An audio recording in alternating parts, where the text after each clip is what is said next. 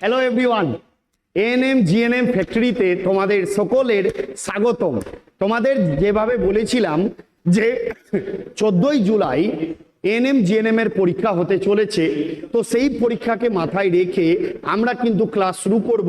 আমাদের স্ট্র্যাটেজি বা আমাদের প্ল্যান হচ্ছে 20 দিনের মধ্যেই আমরা যতটা হয় ম্যাক্সিমাম চ্যাপ্টারগুলো কমপ্লিট করার চেষ্টা করব, বিশেষ ক্ষেত্রে সায়েন্সের। ঠিক আছে, সায়েন্সের বায়োলজি থেকে যেমন মোটামুটি তোমরা দেখতেই পাচ্ছ যে 50 মার্কসের কোশ্চেন থাকে, ফিজিক্স থেকে 25 মার্ক থাকে, তার সাথে সাথে ম্যাথ, রিজনিং, ইংলিশ, জিকে এই পোর্শনগুলো আছে।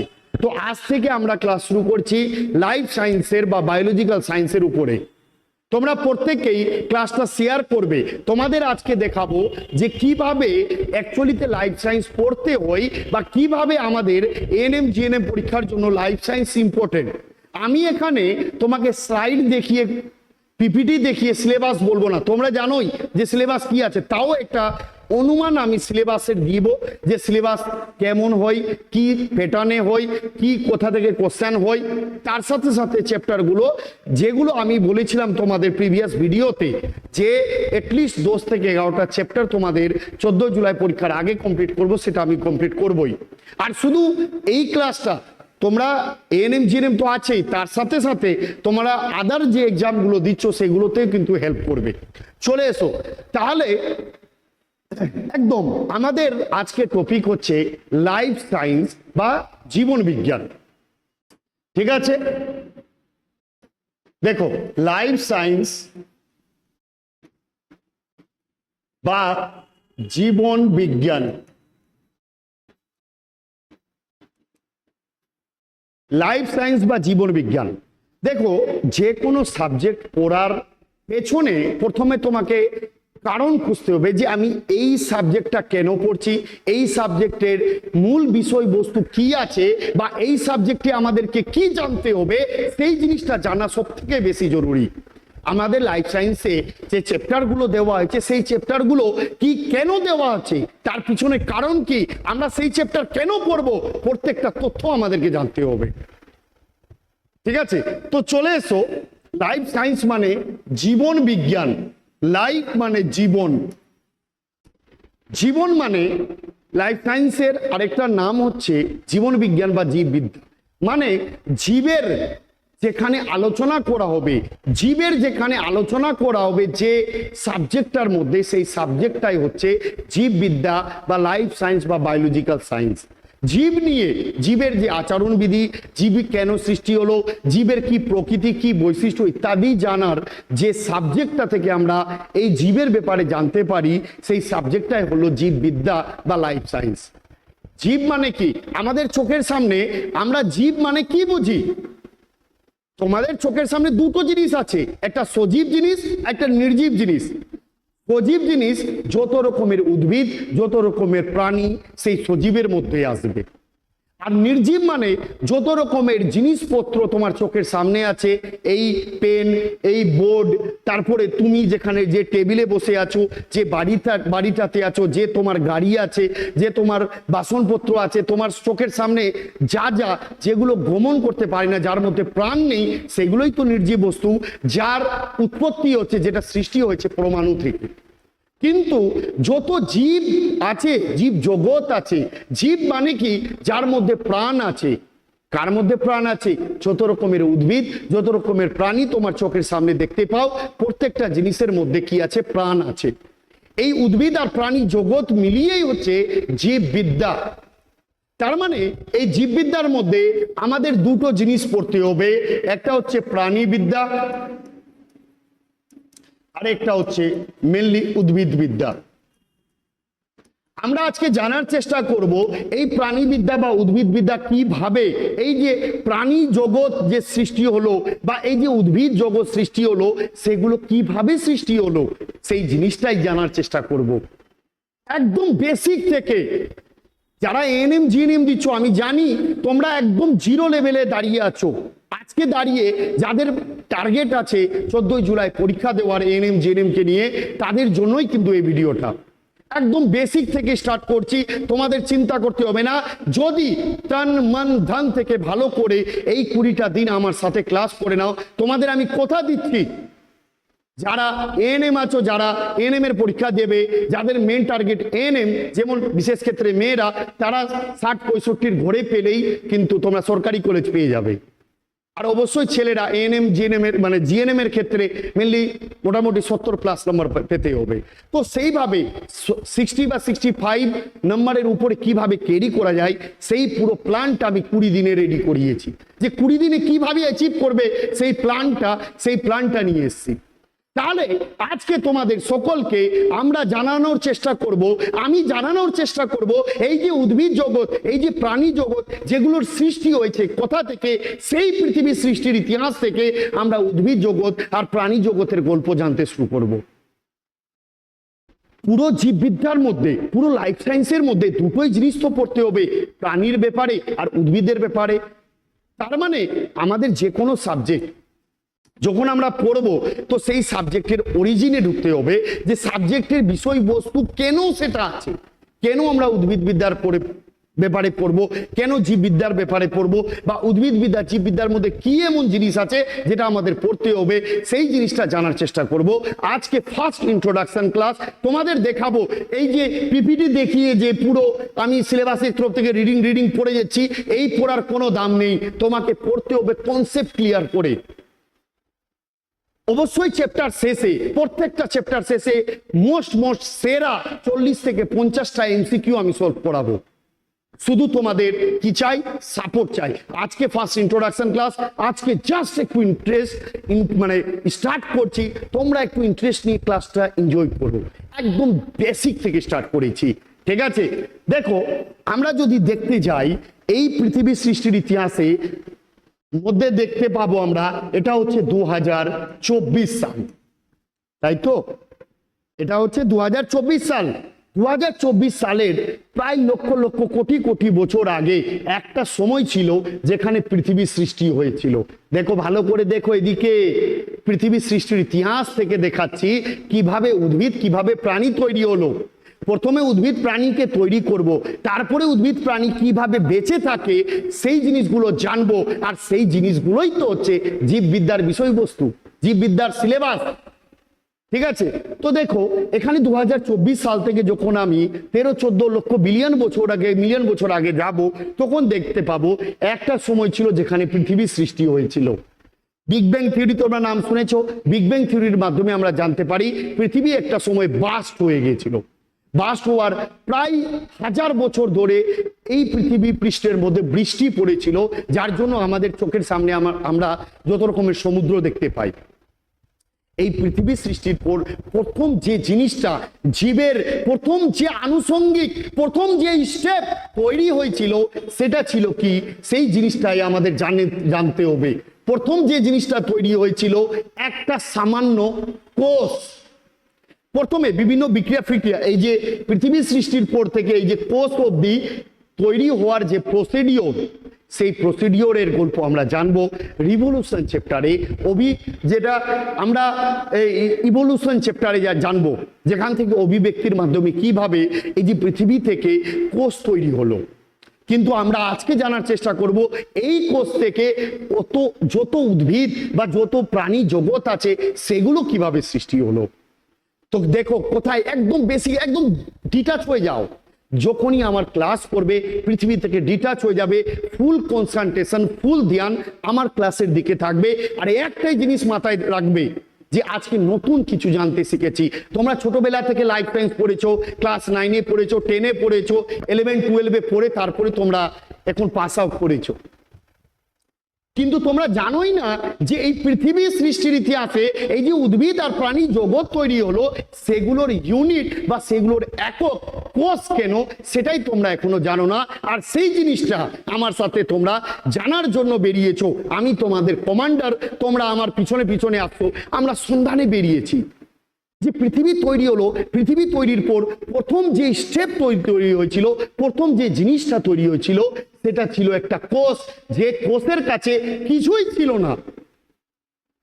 যেমন ধরে নাও, আমি তোমাকে বলি যে তোমার জন্য, তোমার বেঁচে থাকার জন্য কি কি দরকার? তুমি বলবে স্যার আমরা বেঁচে থাকার জন্য আমার শ্বাস প্রশ্বাসের জন্য নাক, ফুসফুস ইত্যাদি দরকার, আমাদের শরীরে ব্লাড সার্কুলেশনের জন্য হার্ট দরকার, আমার বেঁচে থাকার জন্য আমার ব্রেন দরকার, আমার বেঁচে থাকার জন্য আমার হাড় মজবুত দরকার যেন আমি চলন গমন করতে পারি, আমার বেঁচে থাকার জন্য আমার শরীর থেকে জিনিসগুলো রেচন পদার্থগুলো বের করার জন্য আমাদের কিডনিকে ভালো থাকা দরকার, তারপরে না তুমি বেঁচে থাকবে। ঠিক সেইভাবে একটা কোষ, একটা তোমার শরীর যা যা জিনিস নিয়ে গঠিত, সেইভাবে একটা আদর্শ কোষের যা যা দরকার সেই জিনিসগুলো নিয়ে যদি সেই কোষটা তৈরি থাকে সেটাকে আমরা আদর্শ কোষ বলবো। কিন্তু পৃথিবীর সৃষ্টির ইতিহাসে আমরা যখন দেখতে যাব তখন দেখব সেই আদর্শ কোষটা তৈরি হয়নি, প্রথমে কোষের একটা আদি রূপ তৈরি হয়েছিল যেটা আদি কোষ নামে পরিচিত, বা যার আরেকটা নাম হচ্ছে প্রোক্যারিওটিক কোষ। দেখো আমি সব কাহিনী শোনাবো, কোষ কত টাইপের, কোষের কি কি প্রকার ভেদ আছে, পুরো গল্প শোনাবো, একদম এখানে পড়া রেডি করে পাঠাবো। বারবার বলছি তোমাদের যদি টার্গেট এএনএম জিএনএম থাকে বা যে কোনো পরীক্ষায় দাও না কেন, তুমি শুধু এই ক্লাস, আজকে বেশিক্ষণ ক্লাস আমি করাবো না, জাস্ট ইন্ট্রোডাকশন হচ্ছে, আগামীকাল থেকে 1 ঘন্টা করে ক্লাস আসবে, তুমি 1 ঘন্টা আমার সাথে থাকো, তোমার লাইফ সায়েন্সে রেডি করার দায়িত্ব টিএস খান স্যারের, এইটুকু গ্যারান্টি দিচ্ছি। ঠিক আছে? তো পৃথিবী তৈরি হলো, তারপরে প্রথম যে কোষটা তৈরি ছিল সেটা ছিল প্রোক্যারিওটিক কোষ। প্রোক্যারিওটিক কোষ, প্রোক্যারিওটিক কোষ মানে হচ্ছে আদি কোষ। প্রথম যে কোষটা তৈরি হয়েছিল আদি কোষ, তার কাছে কিছুই ছিল না। প্রো মানে, দেখো প্রো মানে হচ্ছে আদি, প্রো মানে হচ্ছে আদি, বা সেইভাবে সুগঠিত নয়, সুগঠিত নয়। ক্যারিও মানে হচ্ছে নিউক্লিয়াস, ক্যারিও মানে হচ্ছে নিউক্লিয়াস, তার মানে এমন একটা কোষ যার নিউক্লিয়াস সুগঠিত নয় তাকেই আমরা প্রোক্যারিওটিক কোষ বলবো, যার নিউক্লিয়াস সুগঠিত নয়, নিউক্লিয়াস পরিপূরক নেই। যেমন ধরে নাও তোমার শরীরকে চালানোর জন্য মেন কেন্দ্রবিন্দু বা মেন স্ট্রাকচার কি? ব্রেন। ব্রেন দিয়েই তো তোমার পুরো শরীরটা চলছে, মানে পুরো শরীরের তোমার গার্জেন হচ্ছে ব্রেন। যেমন তোমার পরিবারে তোমার গার্জেন হয় তোমার বাবা আছে, খুব রেয়ার কেসে তোমার মা থাকতে পারে। গার্জেন বাবা যদি না থাকে তোমার পরিবারের সেইভাবে মানে গঠনমূলক স্ট্রাকচার হবে না, বা সেইভাবে অনেক প্রবলেমের সম্মুখীন তোমাকে হতে হবে, যেটা চিরন্তন বাস্তবতা। ঠিক সেইভাবে একটা পরিপূরক কোষ, একটা আদর্শ কোষের প্রথম বৈশিষ্ট্যই হলো যে কোষের মধ্যে একটা সম্পূর্ণ নিউক্লিয়াস থাকবে, যার মধ্যে ডিএনএ থাকবে। ডিএনএ হচ্ছে গার্জেন, ডিএনএ কি জিনিস ইত্যাদি ইত্যাদি পরে আলোচনা করব। শুধুমাত্র আমরা জানবো একটা আদর্শ কোষের প্রথম বৈশিষ্ট্যই হলো যে কোষের মধ্যে নিউক্লিয়াস থাকবে, যেখানে ডিএনএর বাড়ি, ডিএনএর বাড়ি হচ্ছে নিউক্লিয়াস। কিন্তু প্রোক্যারিওটিক কোষের ক্ষেত্রে নিউক্লিয়াস সুগঠিত নয়। তার মানে কি এর মধ্যে ডিএনএ নেই? কখনোই না, অবশ্যই ডিএনএ এর মধ্যে আছে, তবে ডিএনএ এর জন্য যেটা প্রপার বাড়ি নিউক্লিয়াস, সেই নিউক্লিয়াসটাই সুগঠিত নয়। আর এই নিউক্লিয়াস সুগঠিত না থাকার জন্য অনেক কিছু, যেমন তোমাকে বললাম যে তোমার শরীর কি দিয়ে গঠিত, চোখ, নাক, মুখ, ব্রেন, তোমার হাত পা, তোমার কিডনি, তোমার ফুসফুস, লাংস ইত্যাদি নিয়ে তৈরি। ঠিক সেইভাবে একটা কোষ অনেক জিনিস নিয়ে তৈরি, যেমন নিউক্লিয়াস আছে, গোলগি বডি আছে, মাইটোকন্ড্রিয়া আছে, এন্ডোপ্লাজমিক রেটিকুলাম আছে, রাইবোজোম আছে, লাইসোজোম আছে ইত্যাদি নিয়ে তৈরি। তো প্রথমে যখন নিউক্লিয়াসটাই সুগঠিত থাকবে না, তো বাকি যে জিনিসগুলো আছে সেগুলোই প্রপার থাকবে না, সেই জন্য এটাকে আদি কোষ বা প্রোক্যারিওটিক কোষ বলা হয়। তো তার মানে যখন পৃথিবীর সৃষ্টি হলো তখন প্রথম যে কোষটা তৈরি হয়েছিল সেটা পরিপূরক ছিল না, সেটা সম্পূর্ণ ছিল না, যেটাকে আমরা প্রোক্যারিওটিক কোষ বলবো। তারপরে প্রোক্যারিওটিক কোষ তৈরি হওয়ার অনেক বছর পর, প্রায় লক্ষ লক্ষ বছর পর, সেই প্রোক্যারিওটিক কোষটা নিজেকে আপডেট করতে করতে তারপরে প্রোক্যারিওটিক কোষের একটা আদি রূপ তৈরি হয়, যেটা কনফার্ম রূপ তৈরি হয়, সেটা ছিল কি? ইউক্যারিওটিক কোষ। একটা পরিপূর্ণ কোষ তৈরি হয় যেটা ছিল ইউক্যারিওটিক কোষ। ইউক্যারিওটিক মানে কি? ইউ মানে হচ্ছে নিউ, ইউ মানে হচ্ছে নতুন, ইউ মানে হচ্ছে নতুন, আর কেরিও মানে হচ্ছে নিউক্লিয়াস। ইউ মানে হচ্ছে নতুন বা সুগঠিত নিউক্লিয়াস। যেমন একটা এক্সাম্পল দিই, আজ থেকে 8-10 বছর আগে তুমি 8-10 হাজার টাকায় যে মোবাইল নিতে, সেই মোবাইলটা যেগুলো ফিচার্স থাকতো, এখন 2024-এ দাঁড়িয়ে তুমি যদি সেই 8-10 হাজার টাকায় মোবাইল নিতে চাও, অনেক কিছু ফিচার্স পাবে, কারণ মোবাইলটা আপডেটেড হয়ে গেছে। অনেক কিছু মোবাইলের আপডেটেড হয়ে গেছে দিনের পর দিন। ঠিক সেইভাবে পৃথিবী সৃষ্টি হলো। পৃথিবী সৃষ্টির পর প্রথম যে কোষটা তৈরি হলো সেটা ছিল প্রোক্যারিওটিক কোষ, যার কাছে কিছুই ছিল না, না নিউক্লিয়াস ছিল, না বাকি অঙ্গাণুগুলো ছিল। সেই প্রোক্যারিওটিক কোষ আস্তে আস্তে আস্তে আস্তে করে নিজেকে ইভলিউশনের মাধ্যমে আপডেটেড করে আর প্রকৃত কোষের রূপ নেই, যে কোষকে আমরা বলবো ইউক্যারিওটিক কোষ।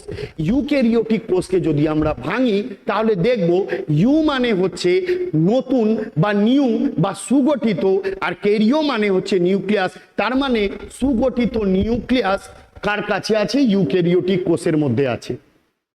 ঠিক আছে, তার মানে যদি আমি এখানে তোমাদের লাইনটা দেখাই, তাহলে আমি কি বললাম? প্রথমে পৃথিবী সৃষ্টি হলো, তারপরে যে কোষটা তৈরি ছিল সেটা প্রোক্যারিওটিক, তারপরে যে কোষটা তৈরি হলো সেটা ছিল ইউক্যারিওটিক। ঠিক আছে, এবার এই ইউক্যারিওটিক কোষ থেকে প্রোক্যারিওটিক কোষের মধ্যে কি ছিল? বিভিন্ন ব্যাকটেরিয়া ছিল, খুব সূক্ষ্ম ভাইরাস, যার মধ্যে নেগলিজিবল মেনলি ব্যাকটেরিয়াগুলো। তারপরে এই ইউক্যারিওটিক কোষ যখন তৈরি হলো, ইউক্যারিওটিক কোষ যখন আপডেটেড হলো, তখন এই ইউক্যারিওটিক কোষ থেকে আজ অবধি 2024 সাল অবধি, এই 2024 সালে আমরা দাঁড়িয়ে আছি, এই 2024 সাল অবধি টোটাল যত উদ্ভিদ আর যত প্রাণী তৈরি হয়েছে। তার মানে পৃথিবী তৈরি হলো, পৃথিবী তৈরির পর প্রথম যে কোষটা তৈরি হয়েছিল সেটা ছিল প্রোক্যারিওটিক কোষ। এই প্রোক্যারিওটিক কোষের আপডেটেড রূপ ছিল সেটা ইউক্যারিওটিক কোষ, যার কাছে সুগঠিত নিউক্লিয়াস ছিল। আর এই ইউক্যারিওটিক কোষ থেকেই সমস্ত উদ্ভিদ আর সমস্ত প্রাণী তৈরি হলো। আর এই উদ্ভিদ আর এই প্রাণীটাই হচ্ছে আমাদের বায়োলজিক্যাল সায়েন্সের মেন বিষয়বস্তু। বুঝতে পারলে? আমি ডাইরেক্ট উদ্ভিদ জগৎ আর প্রাণী জগতে যাইনি, আমি পুরো গল্পটা শোনাচ্ছি, একদম গল্পের মতো শোনো, খাতায় লেখার কোনো দরকার নেই।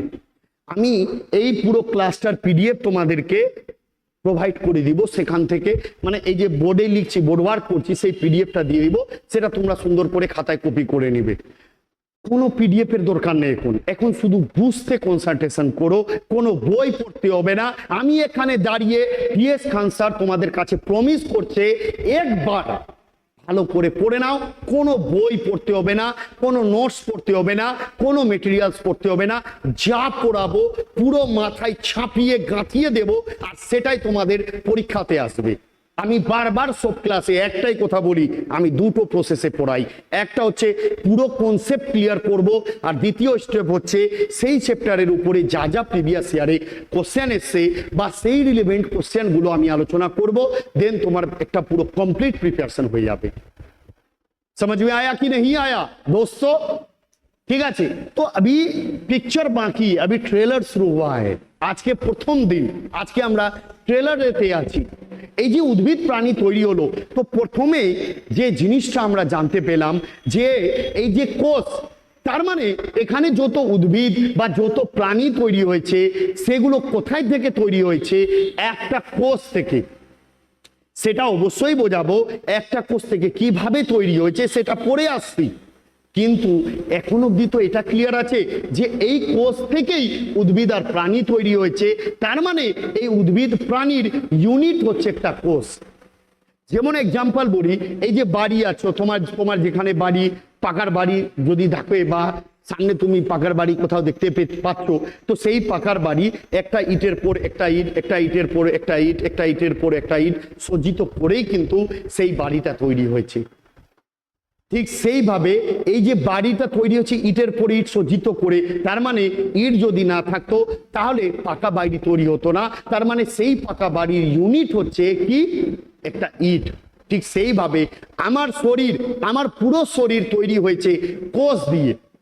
একটা কোষ, কোষ থেকে ডিভাইড হয়ে কোলা তৈরি করে, কোলা থেকে অর্গান, অর্গান থেকে অর্গান সিস্টেম, আর বিভিন্ন সিস্টেমের জন্যই আমরা বেঁচে আছি। বুঝতে পারলে? সেই জিনিসটাতে আমি আসি, আমরা সেই জায়গায় ঢোকার চেষ্টা করব। আমরা প্রথমে যে জিনিসটা জানবো কি, এই যে উদ্ভিদ আর প্রাণী সেগুলোর ইউনিট বা একক কোষ কেন, সেই জিনিসটাই জানার চেষ্টা করব। আমরা ছোটবেলা থেকে পড়ে এসেছি কোষ জীবনের গঠনগত কার্যগত একক। আরে ভাই, গঠনগত কার্যগত একক কেন, সেই জিনিসটা তো জানতে হবে। তো এখানে আমরা একটা জিনিস দেখলাম, পৃথিবী তৈরি হলো, প্রোক্যারিওটিক কোষ তৈরি হলো, তারপরে তার আপডেটেড ইউক্যারিওটিক কোষ, আর এই ইউক্যারিওটিক কোষ থেকেই তোমার চোখের সামনে যত উদ্ভিদ, যত প্রাণী আছে সেগুলো তৈরি হয়েছে। তার মানে সমস্ত উদ্ভিদ, সমস্ত প্রাণীর ইউনিট বা একক হচ্ছে একটা কোষ। এবার আমি প্রমাণ করব এই কোষ থেকে কিভাবে বিভিন্ন উদ্ভিদ, কিভাবে বিভিন্ন প্রাণী তৈরি হয়েছে। চলো দেখো, আমি প্রথমে বললাম একটা কোষ, দেখো ভালো করে বুঝো, একটা কোষ, কোষ নিজেকে ডিভাইড করবে, কোষ নিজেকে ডিভাইড করে দুটো কোষ তৈরি করবে, দুটো থেকে চারটে, চারটে থেকে ছোটা, ছোটা থেকে আটটা, আটটা থেকে 10টা। দেখো এইভাবে করে একটা কোষ অনেকটি কোষে কনভার্ট হচ্ছে, কোষ অনেকটি কোষে কনভার্ট হচ্ছে। ঠিক আছে, এখানে একটু জাস্ট দেখো, একটা কোষ অনেকটি কোষে কনভার্ট হচ্ছে। এইভাবে করে অনেকটি কোষ আছে আমাদের শরীরে, প্রত্যেকটা তো এইভাবে করে ডিভাইড হচ্ছে। তো একটা কোষ থেকে অনেকটি কোষ তৈরি করে, অনেকটি কোষ একসাথে মিলে তৈরি করবে কি, কোলা। অনেকটি কোষ একসাথে মিলে তৈরি করবে কোলা। ঠিক আছে, আর এইভাবে এখানে একটা কোলা তৈরি হলো, এখানে একটা কোলা তৈরি হলো, এইভাবে করে অনেকটি কোষ থেকে অনেকটি কোলা তৈরি হয়, আর অনেকটি কোলা একসাথে মিলে তৈরি করবে কি, অঙ্গ, বা যাকে আমরা বলবো অর্গান। ভালো করে বুঝো। এবার যদি মানুষের এক্সাম্পল দিই, তো মানুষের ক্ষেত্রে অঙ্গ বা তন্ত্র বা অর্গান কি? যেমন মানুষের ক্ষেত্রে অঙ্গ বা তন্ত্র বা অর্গান কি, যেমন আমাদের হার্ট, আমরা যে খাওয়া দাওয়া করি, আমাদের খাদ্যনালী, আমাদের পাকস্থলী, আমাদের ক্ষুদ্রান্ত, আমাদের বৃহদান্ত্র, আমাদের তারপরে হচ্ছে কিডনি, তারপরে হচ্ছে আমাদের ফুসফুস, তারপরে হচ্ছে আমাদের হার্ট, এগুলো তো আমার অর্গান। যেগুলো অর্গানগুলো, এই প্রত্যেকটা অর্গান আমাদের শরীরে বা প্রত্যেকটা অঙ্গ আছে, আর এই প্রত্যেকটা অঙ্গকে উপরবালা বিভিন্ন দায়িত্ব দিয়ে দিয়েছে। কারণ একটা মানুষকে বেঁচে থাকার জন্য 6 থেকে 7টা সিস্টেম দরকার, যে সিস্টেমগুলোর জন্যই মানুষ বেঁচে থাকবে। যেমন একটা এক্সাম্পল দিই, মানুষকে বেঁচে থাকার জন্য খাওয়া দাওয়া দরকার, তার জন্য বিভিন্ন খাওয়া দাওয়ার জন্য 4-5টা অর্গানকে উপরবেলা দায়িত্ব দিয়ে দিয়েছে যে তোমরা 4-5 জন মিলে এর খাওয়া দাওয়ার কাজটা করবে। সেই কাজটা কে করছে? খাদ্যনালী করছে, মুখ করছে, খাদ্যনালী করছে, পাকস্থলী করছে, ক্ষুদ্রান্ত, বৃহদান্ত। এরা 4-5 জন কি আছে, এক একটা করে অর্গান আছে বা তন্ত্র আছে, আর এই 4-5টা অর্গান মিলে একটা সিস্টেম চালাচ্ছে। কোন সিস্টেম? খাওয়া দাওয়ার সিস্টেম, যাকে আমরা বলবো পরিপাক পদ্ধতি। ঠিক আছে, 1 নম্বর গেল। দ্বিতীয়, আমাদের বেঁচে থাকার জন্য শ্বাস প্রশ্বাসের দরকার, যার জন্য আমাদের নাক আছে, একটা অর্গান। নাকের ভেতরে আমাদের ফেরিংস আছে, তারপরে আমাদের ট্রেকিয়া আছে, আমাদের ফুসফুস আছে, এলভিওলাই আছে। এগুলো প্রত্যেকটা অর্গান বা তন্ত্র। এই প্রত্যেকটা 5 থেকে 6টা অর্গান বা তন্ত্র আমাদের বেঁচে থাকার জন্য শ্বাস প্রশ্বাসের একটা প্রসিডিওর চালাচ্ছে, যার জন্যই আমরা বেঁচে আছি। তার মানে তারা শ্বাস প্রশ্বাসের একটা সিস্টেম চালাচ্ছে, যাকে আমরা বলবো শ্বসন পদ্ধতি বা রেসপিরেটরি সিস্টেম। আমাদের বেঁচে থাকার জন্য হার্ট 24/7 পাম্প করে যাচ্ছে, এইভাবে করে পাম্প করে যাচ্ছে। আমাদের শরীরে হার্ট কি করছে? ব্লাডকে পাম্প করছে, পুরো শরীরে যাচ্ছে, সেটা আবার আমাদের শরীরে হার্টে ফিরে আসে, হার্ট আবার পাম্প করছে, পুরো শরীরে সার্কুলেট করে যাচ্ছে 24/7। এই হার্টের জন্য তো আমরা বেঁচে আছি। যেদিন এই হার্ট পাম্প করা বন্ধ করে দিবে, সেদিনই আমরা রাম রাম সত হ্যায় সবকা হি গত হ্যায়, ঠিক না? তো তার মানে এই হার্ট যেভাবে অর্গান, সে বিভিন্ন শিরা ধমনির মাধ্যমে আমাদের শরীরে ব্লাড সার্কুলেশন বা সংবহনের কাজ কিন্তু পরিচালনা করে যাচ্ছে। সেই সিস্টেমটার নাম হচ্ছে সংবহন পদ্ধতি। ঠিক সেইভাবে আমাদের শরীরে আমরা যা খাওয়া দাওয়া গ্রহণ করছি সেগুলোকে তো বের করতে হবে। যেমন আমরা প্রোটিন জাতীয় খাদ্য গ্রহণ করি, সেই প্রোটিনটা অ্যামোনিয়াতে কনভার্ট হই আমাদের যকৃতে, আর সেই যকৃৎ সেটাকে ইউরিয়াতে কনভার্ট করে, আর এই ইউরিয়াকে আমাদের শরীরে থেকে কিডনি বের করে। এই পুরো সিস্টেমটাকে বলা হয় রেচন পদ্ধতি। তার মানে এই রেচন পদ্ধতিতে বিভিন্ন অর্গান আছে না, যেমন কিডনি একটা অর্গান আছে, এই অর্গান তার মধ্যে ব্লাড সার্কুলেশন হয়ে আছে, আর কিডনি কি করছে, রেচন পদার্থ বা বর্জ্য পদার্থ আমাদের শরীর থেকে ত্যাগ করছে। তার মানে আমাদের বেঁচে থাকার জন্য শ্বাস প্রশ্বাস দরকার, খাওয়া দাওয়া দরকার, রেচন দরকার, চলন গমন দরকার। আমাদের বেঁচে থাকার জন্য পুরো ব্রেনের মাধ্যমে পুরো নার্ভ আমাদের শরীরে গেছে, আর এই নার্ভ ব্রেন পুরো নার্ভের মাধ্যমে আমাদের ব্রেনে পুরো মেসেজ পাঠাচ্ছে, আর যেগুলোর জন্য আমরা দৈনন্দিন কাজকে পরিচালনা করে রাখছি বলে আমরা কিন্তু বেঁচে আছি। এই একটা হচ্ছে কি সিস্টেম, এই প্রত্যেকটা সিস্টেমের জন্যই তো মানুষ বেঁচে আছে। তার মানে এখান থেকে হচ্ছে এক একটা সিস্টেম, যার মধ্যে আমি তোমাকে বললাম কি পরিপাক পদ্ধতি, দ্বিতীয় হচ্ছে শোষণ পদ্ধতি, শোষণ পদ্ধতি, 3 নম্বর হলো রেচন পদ্ধতি, তারপরে বললাম সংবহন পদ্ধতি, তারপরে বললাম নার্ভাস পদ্ধতি, নার্ভাস সিস্টেম। 6 নম্বর আমাদের শরীরে আরো একটা কাজ করে যাচ্ছে এন্ডোক্রাইন সিস্টেম, যেটা হরমোনকে বিভিন্ন শরীরে আমাদের সরবরাহ করে আমাদের বিভিন্ন কাজকে পরিচালনা করছে। আমরা খাওয়া দাওয়া করলাম, আমরা কি কোনো সময় পাকস্থলীকে বলি এই আমরা খেয়ে নিচ্ছি পাকস্থলী, তুমি সেটা ডাইজেশনের কাজ করো? কোনো সময় বলি না। সেটা কে করে? আমাদের ব্রেন থেকে হরমোন পাঠানো হয়, সেই হরমোনটা সেই ডাইজেশনের কাজ শুরু করে। তার মানে এখানে হরমোনও একটা ইম্পর্টেন্ট টপিক আছে, যেগুলোর জন্যই কিন্তু আমরা বেঁচে আছি। এই এক একটা সিস্টেম, যে সিস্টেম এসছে কোথায় থেকে, এই সিস্টেমগুলো কে করছে? এক একটা অঙ্গ বা অর্গান আমাদের শরীরে আছে, যেগুলো কিডনি, লাংস, ফুসফুস, হার্ট, ব্রেন, তারপরে হচ্ছে আমাদের পাকস্থলী, ক্ষুদ্রান্ত, বৃহদান্ত, এরা প্রত্যেককে এক একটা করে কাজ দিয়ে দেওয়া হচ্ছে, যেগুলোকে সিস্টেম বলা হয়। এই প্রত্যেকটা সিস্টেম এক একটা অঙ্গ বা এক একটা অর্গান মিলে পরিচালনা করছে। আর এই অঙ্গ বা অর্গান এসছে কোথায় থেকে? বিভিন্ন টিস্যু একসাথে মিলে বা বিভিন্ন কোলা একসাথে মিলে এই অর্গান তৈরি করেছে। আর এই টিস্যু বা অর্গান এই টিস্যু বা কোলা এসছে কোথায় থেকে? কোষ বিভাজনের মাধ্যমে এসছে। আর কোষ বিভাজন কোথায় থেকে হচ্ছে? একটা কোষ থেকে, যে কোষ তৈরি হয়েছিল পৃথিবী সৃষ্টির ইতিহাস থেকে। সেই জন্য জীবন সৃষ্টির ইতিহাসে যত উদ্ভিদ বা প্রাণী দেখতে পাও সেগুলোর একক হচ্ছে কোষ। এই নিয়ে আজকের প্রথম ক্লাস আমি এখানে কমপ্লিট করছি তোমাদের সামনে। আজকে ফার্স্ট ইন্ট্রোডাকশন ক্লাস ছিল, খুব কম সময়ের মধ্যে আমি একটু জাস্ট একটু কি করলাম, একটু ওয়ার্ম আপ করলাম। কাল থেকে ফুল জোশের সাথে, ফুল কন্টেন্টের সাথে ক্লাস স্টার্ট হয়ে যাচ্ছে। প্রত্যেক দিন সকাল 9টার সময় ক্লাস হবে। তবে আজকে যেহেতু একটু লেট হয়ে গেছে, সেই জন্য একটু দেরিতে আপলোড হবে। তোমরা ক্লাসটা দেখবে, পরের দিন থেকে একদম প্রপার টাইমে ক্লাস হবে। আর প্রত্যেককে একটা কথা বলে দিই, ক্লাস শেষে অবশ্যই কমেন্ট করে জানাবে ক্লাস কেমন লাগলো, আর তোমরা কেমন আর কি ক্লাস চাও, আর ক্লাসটাকে অবশ্যই শেয়ার করবে। জয় হিন্দ, জয় ভারত, দেব তালি দিয়ে আজকের ক্লাস এখানে কমপ্লিট করলাম।